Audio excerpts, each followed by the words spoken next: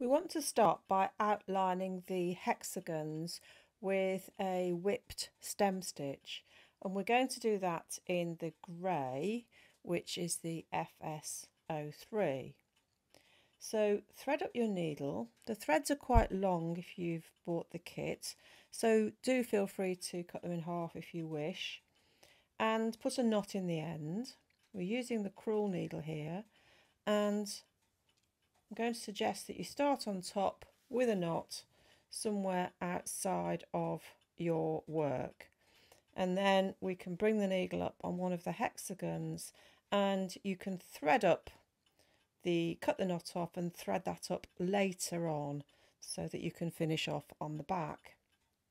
The only hexagon we're going to leave, so we're not going to outline, is this one up here, which is where the moth goes, and that has some stitching in the corner here which is better done without the outline, so that's the only bit we're going to leave.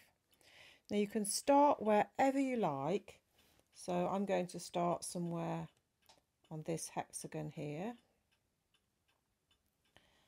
and these lines that are printed on will not come out, so I've got to cover all those with my stitching. If you're right-handed, you'll be stitching from left to right and you'll be keeping your thread at the bottom. So come up in one of the corners here, take a stitch down, aim for the middle of the line and come up halfway through those two threads there. So halfway, like that.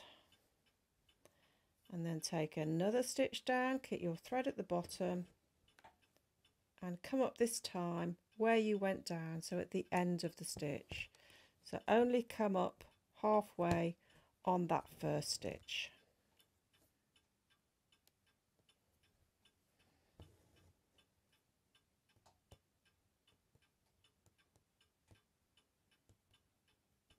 So again, I'm coming up at the end of the previous stitch.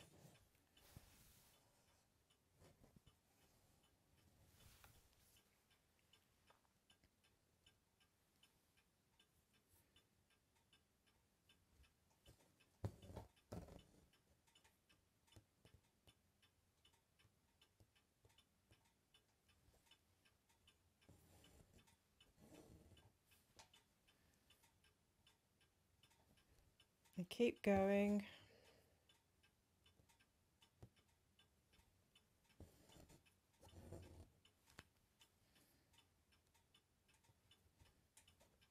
As I get towards the corner, I'm going to make sure there's a bit of a smaller stitch left and just go straight into the corner like that.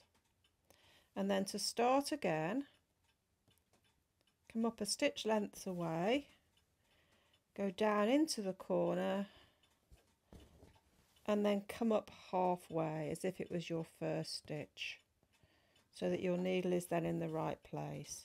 Keep your thread always at the bottom if you are right-handed. I'm going to show left-handers shortly.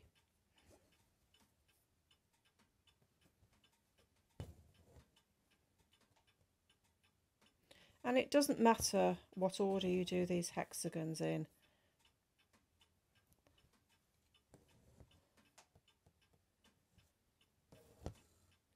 So I'll get to this corner again for you.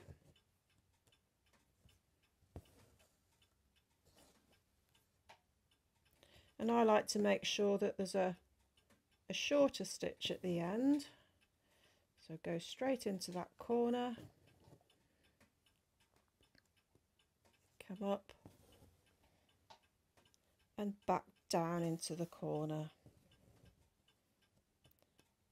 And you'll find that you can turn your work around as you go so that the thread is always at the bottom.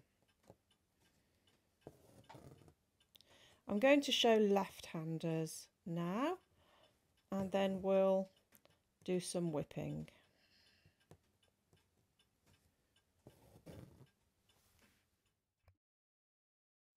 Left-handers stitch from right to left and keep the thread at the top.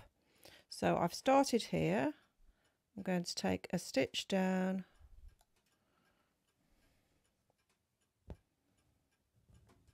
and come up halfway along that line in between the two threads.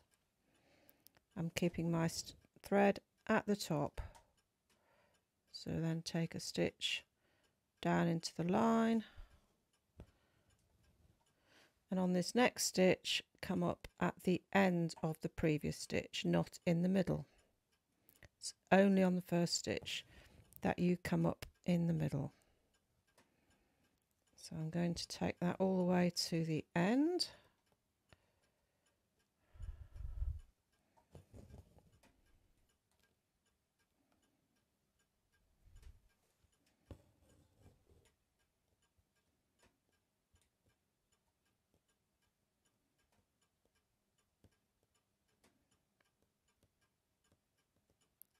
There we go.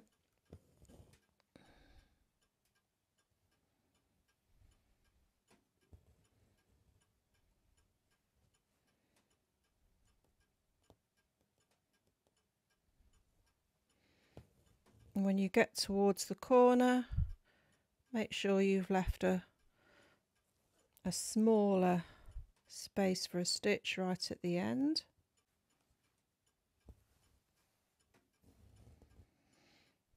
And then take your needle straight down into the corner like that, and then you're ready to start again with another stitch. Again, keep your thread at the top, go down into the corner and come up in the middle as your first stitch along that line. I'll find it in a minute. There we go. I find it harder to find my place left-handed, and then carry on along the line.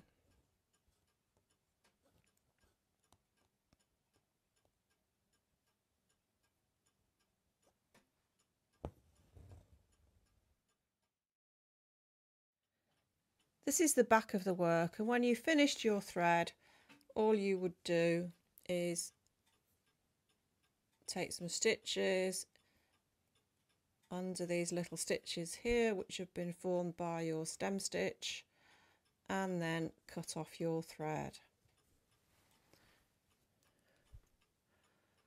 Now you can also see where the knots are, so again here you can cut off the knot. You can either do that on the front or on the back, and then thread up the thread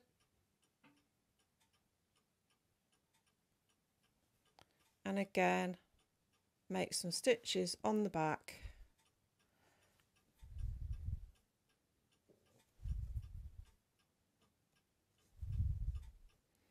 and then you can cut it off.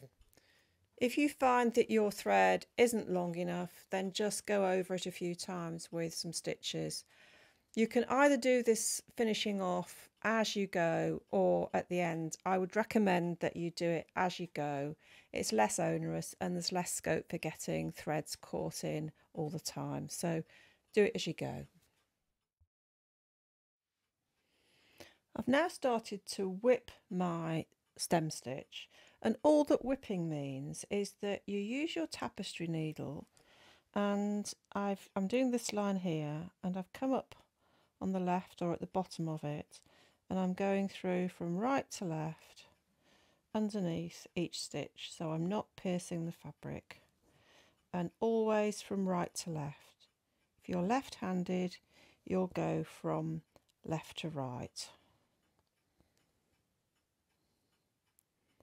And the effect that this has is it raises the stitches a little bit, and if you've got any dodgy stitches here, it'll also bring them together. Be careful when you get to the edge here and make sure that you've gone through the last stitch before you move on.